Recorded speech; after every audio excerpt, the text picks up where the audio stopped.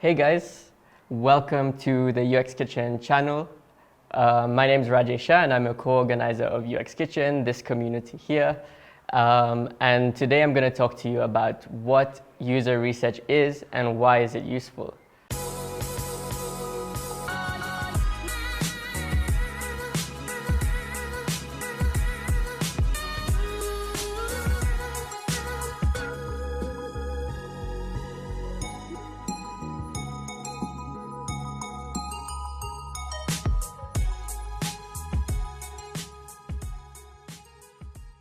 So user research is really about understanding the needs, motivations, and frustrations, and even fears of your users through a variety of qualitative and quantitative methods. The reason it's important is because teams often skip this step. They usually say, oh, we don't have the budget, we don't have the resources. Sometimes they think, oh, we already know what our users want, so why do we need to spend more time doing research? The problem is the teams that usually skip this step end up building products that create a lot of confusion. They create products that are not user-friendly, or they build a bunch of unnecessary features that don't actually target the problem that they're trying to solve. So the main lesson of this video is don't assume that you know your users. Just don't do it. You've got to really define your research goals. Try to be specific about what you're trying to understand. If it's a new product, you'll probably want to do some exploratory research because this is the discovery phase. Just try to understand your users and how they're currently trying to solve the problem in question. What are the current hacks that they're trying to do? Once you've defined the question that you're looking at, you'll have to go to recruiting. Have to find participants who generally match the target users that you're looking for. And there's a ton of resources online in which you can do that to find the right participants. There's a bunch of UX testing platforms in which you can also do that to find people from across the world. And we'll add some of those links in the description below. So how about the research methods now? We'll start off with interviews. There's really no better way of understanding the needs of your users than talking directly with them. And here are a couple of tips that can help you with your interviews. So try to prepare what questions you want to ask, list them down in the order that you want to ask them. But at the same time, you want to try to keep it a bit open in case they say something that sparks your interest that you want to go a bit deeper into. Try to make them comfortable, make it a conversation.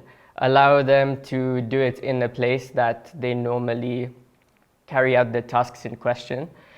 This will help you notice behaviors that are specific to that environment. Make sure you also ask for consent from your users. And the way you frame your question really matters. So if you are trying to investigate shopping habits, you could ask, the obvious thing to ask is, okay, so tell me about how you do your shopping. But that might not give to the most insightful answers. You might want to ask, tell me about the last time you went shopping, and ask them to go through the steps that they went through. Usually they won't try to give you an ideal answer, but they'll give you an actual story that will give you more insight into their normal behaviors. The next method is field studies or ethnographic studies. So this is where you go into the person's environment, but you don't interact with them. You just observe them. You see what they're doing, how are they carrying out their tasks, how are they interacting with other people in this space, and you just make notes.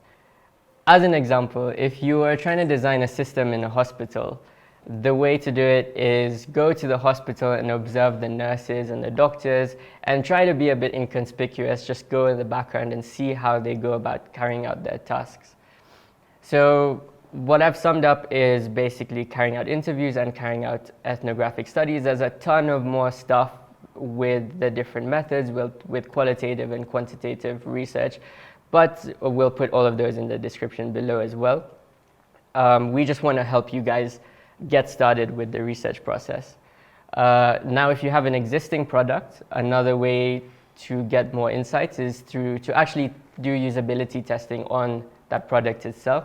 This is where you show your target users the product and you ask them to go through the tasks that your product aims to complete, and you just see if there's any confusion that comes across, any frustrations or dislikes, and you also get a sense of like what is actually good about that product that you don't need to change. We'll also have more videos going into way more depth about this stuff, but hopefully this will get you off to a good start to really try and understand your users better.